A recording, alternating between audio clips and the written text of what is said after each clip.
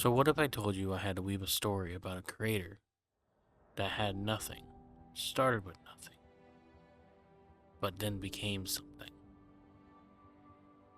What if I had to weave a story about a creator who one day watched one single video and it changed his life forever? It made him want to be something. It made him want to be the light for someone who's having a bad day, who was hurting themselves, or was just thoroughly depressed about their life. What if I had to weave one little story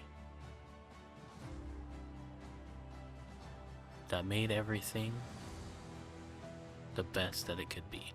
What if I had to make a story about myself in the start of my content creation journey, the middle of it, and so far away from the end of it? So let's start off with the start of my career. What made me want to become this creator that I am now? What made me want to start this process?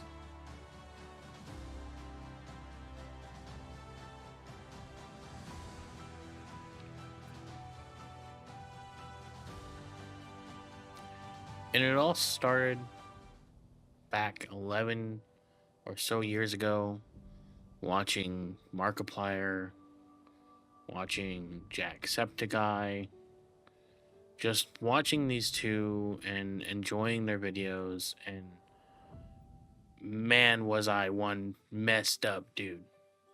And for all those pointing out, oh, he's playing Yonder, sir. It's only 8 years ago.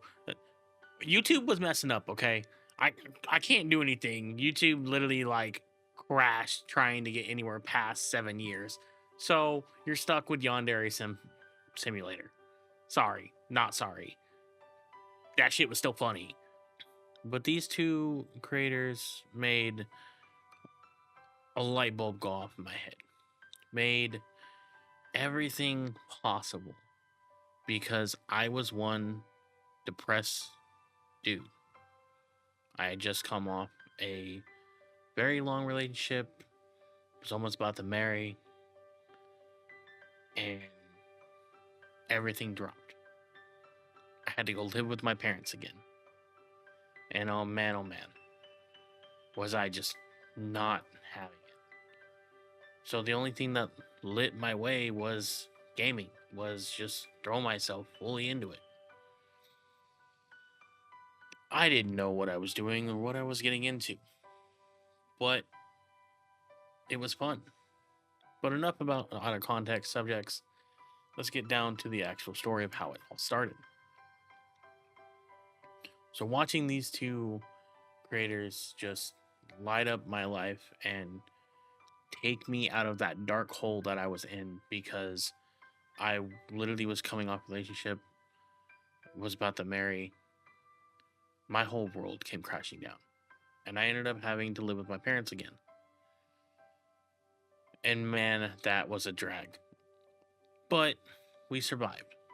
We survived on watching videos from Jacksepticeye and Markiplier and Speedy and Vanos. Like watching these creators just have fun, it made me have a light bulb in my head and want to do stuff and want to become someone that can light up somebody else's life and stop them from having those dark days and having the bad days. But I couldn't push myself to do it. So fast forward 2 more years, I found Twitch and I found people streaming like Tim the Tatman and Nick Mercs and a whole bunch of other different people that don't stream nowadays, and I can barely remember their name. Into finding my actual wife, my life partner. And I am grateful for that. I am grateful that watching their videos kept me alive to find someone that truly loves me for me, and that I truly love her for her. So now we get to the fun part. where it actually started. My first ever stream.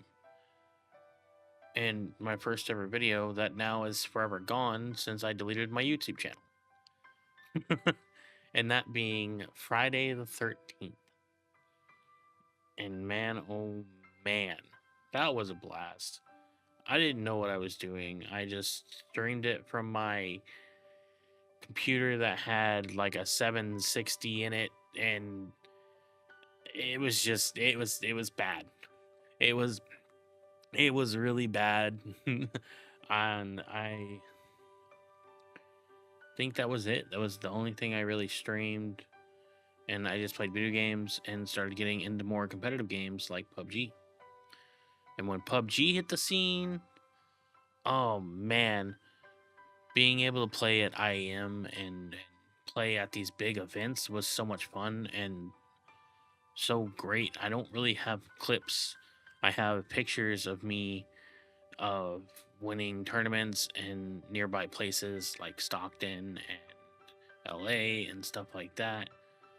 Just never any videos because, well, phones weren't the best back then. But we fast forward again, and I come back to Twitch. I come back to watching people play this game called Valorant. Valorant just starting up out of nowhere to contest Counter-Strike Go. And so I've never really played games that were just mouse and keyboard. I've always used a controller at that point because I was always a console gamer.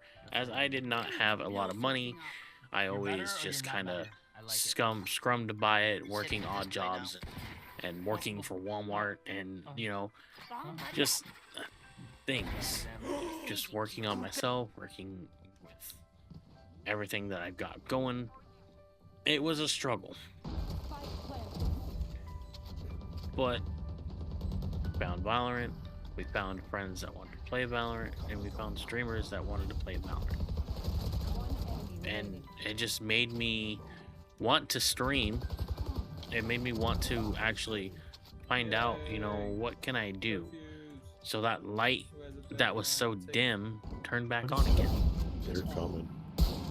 Why do I want to be a creator? Why do I want to be a streamer? Viper walled me off. I kept asking myself these questions day in, day out. What do I do? How do I become an actual content creator? Do I just stream every day 24/7? Oh, do I flip it. stream 3 days? I another one. was completely and utterly lost my first year. But a lot of the good things came of that. And that's finding other creator friends that were already doing this. And that gave me opinions and gave me hints of what I should do, not just telling me outright what I should do. Because I always think hands-on learning is the best learning. Because you can never really figure it out unless you do it yourself.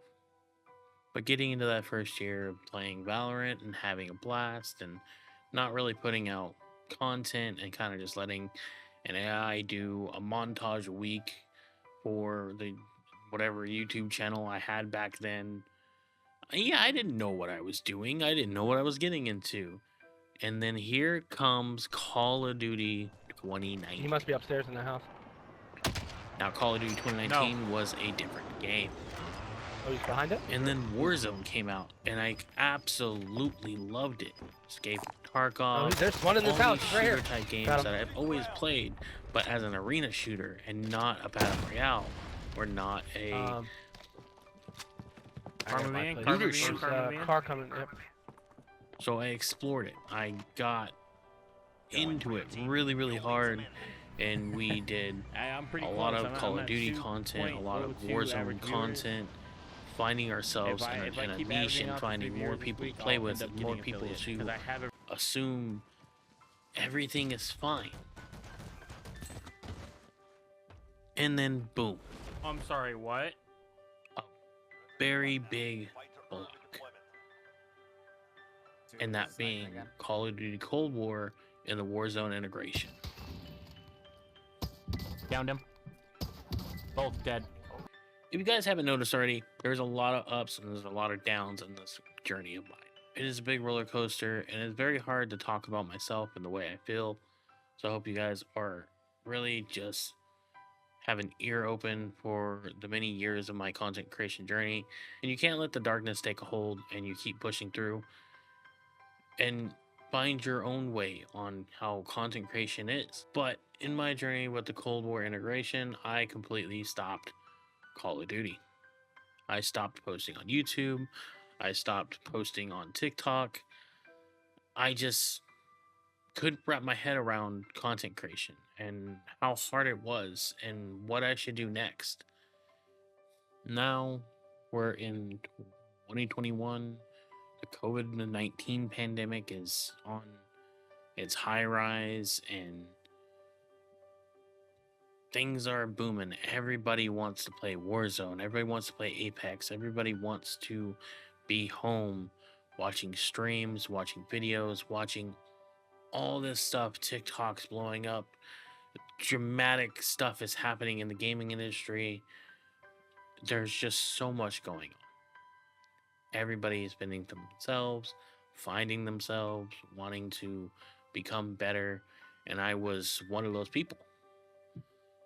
As I still worked during the pandemic the whole entire time as a merchandiser, I'd go to stores, stock shelves, come home, stream for about 4 to 5 hours, and not make actual content, just stream. And I would stream to 1, 2, 3, somewhat up to 10 people sometimes. And I felt that was enough. Like I had this nice crew of people that wanted to watch me or hang out or talk to me, and I freaking loved it. I loved it. And then 2022 came, and there was an excessive burnout. Going to work 40, 50, 60 hours a week, to coming home and streaming and just always tired, always not wanting to do stuff, always wanting to be lazy. And it took a toll not only on me, my wife, my community, everything. At times, I almost wanted to sell my PC and just play console games. So I took an excessive break. I came back in 6 or 7 months. And in those 6 and 7 months, I became a video editor for someone named Josh Barracks. And he was at the height, the boom of his career of being a creator, streaming, going full time as a streamer, and then wanting to start doing YouTube. I didn't know what the hell I was getting into or what I should even do as a video editor. So, taking my depression, taking my dark hold, taking my pause from being a creator myself, which I thought I would never be a creator ever again. Not one bit did I feel like I want to stream again. I want to make a video. No. I told myself I'm not good enough to be a creator. I'm not where I should be as a creator. So, instead of being front stage and center, I need to take a step back and be that backstage and help people instead. So I became a video editor. And I've met so many amazing people. And in that story, the more I edited, the more I wanted to become a creator again. The more I wanted to stream. The more I wanted to be a better me. So I came back. Please clip this, guys. And I made a plan. The struggle of trying to get a drink. This was at the end of COVID-19. And my job let me go. My job screwed me. So, I took that screw job of a job, said fuck you, and became a full-time content creator and editor. So, 12, 14 hours a day, I was on my computer, editing, making content, getting stuff done. In a year and a half later, Oh, I went down. burnout. I went down. I wanted to quit again. It's 2023. Didn't get stuff. Oh, And you I'm shot just me in the head. burning Not out, my fault. but I'm still going. I kept myself going. Fuck you, Kyle. And at the end of 2023, 2024 pulls up with a respawn recruit challenge. And my buddy Footloose, who is always by my side and has been by my side the last years, said, "You join the competition. You're a great editor. You're a great creator. This will help you get your juices flowing." So I did. I joined Respawn Recruits. I made it to top 50, and it was an exciting time to be a creator again. And at the back end of 2024, I'm getting back to my normal life and back to creating, back to being myself, and trying to be that shining light for somebody. That is my creator story. The ups, the downs, everything in between. I am a creator that will never give up, whether I tend to quit or not, or just take breaks. I'm still here. I'm still making content. And that is the end of my story for now. For what comes, we don't know. Thank you.